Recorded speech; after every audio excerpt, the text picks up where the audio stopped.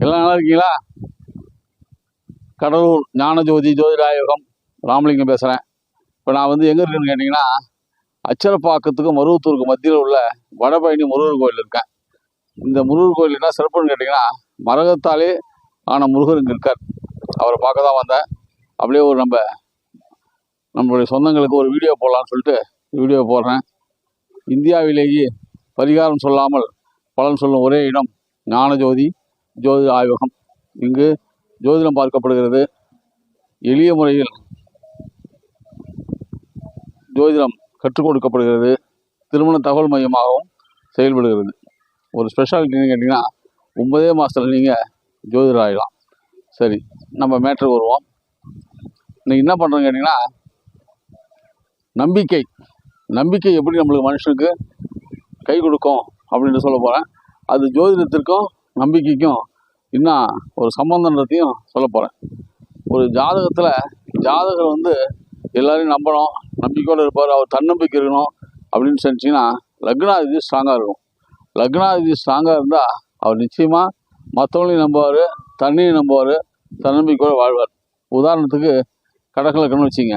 கடகலக்கணத்துக்கு அதிபதி சந்திரன் லக்னத்தில் இருந்தாலோ அல்லது ரிஷபத்தில் சந்திரன் உச்சமானாலோ அந்த ஜாதகர் திடமான நம்பிக்கை உள்ளவர்னு அர்த்தம்.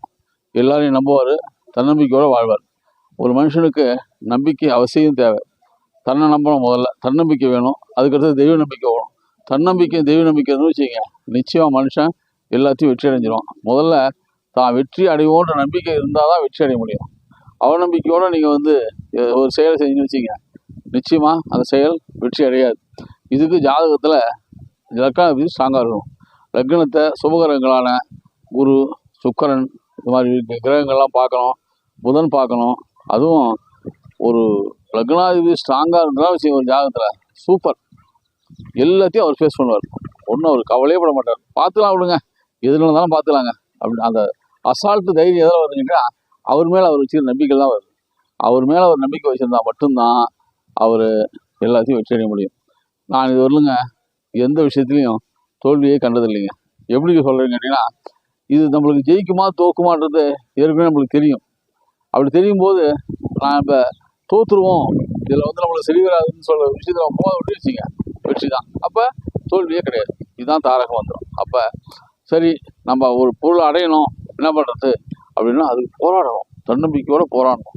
நிச்சயமாக ஜெயிச்சிடும்ன்ற நம்பிக்கையோடு போராடினீங்கன்னா நிச்சயமாக வெற்றி நிச்சயம். அதனால் உங்கள் லக்னாதிபதி ஸ்ட்ராங்காக இருந்தாருன்னா தன்னம்பிக்கை வைங்க, நிச்சயமாக ஜெயிப்பீங்க. சரி, லக்னாதிபதி ஸ்ட்ராங்காக இல்லாதவர் எப்படி இருப்பாருன்னு கேட்டிங்கன்னா, அவரும் இருப்பார். நம்பிக்கை கொஞ்சமாக வளர்த்துக்கணும். நம்பிக்கை வளர்த்துனா தசாபுத்திகள், அவர் ஒரு சாதகமான தசாபுத்திகள் வரும்போது அவர் நம்பிக்கையான விஷயங்கள் நடக்கும். அப்போ மனிதர்கள் எல்லாருமே லக்னாதிபதி சரியில்லைனாலும் கொஞ்சம் கால நேரம் மாறி போகும். அப்போ நிச்சயமாக அவர் நம்புகிற தொழில் கிடைக்கும். அதனால் நம்பிக்கை வைங்க, எல்லாம் வெற்றியாக நடக்கும். வணக்கம்.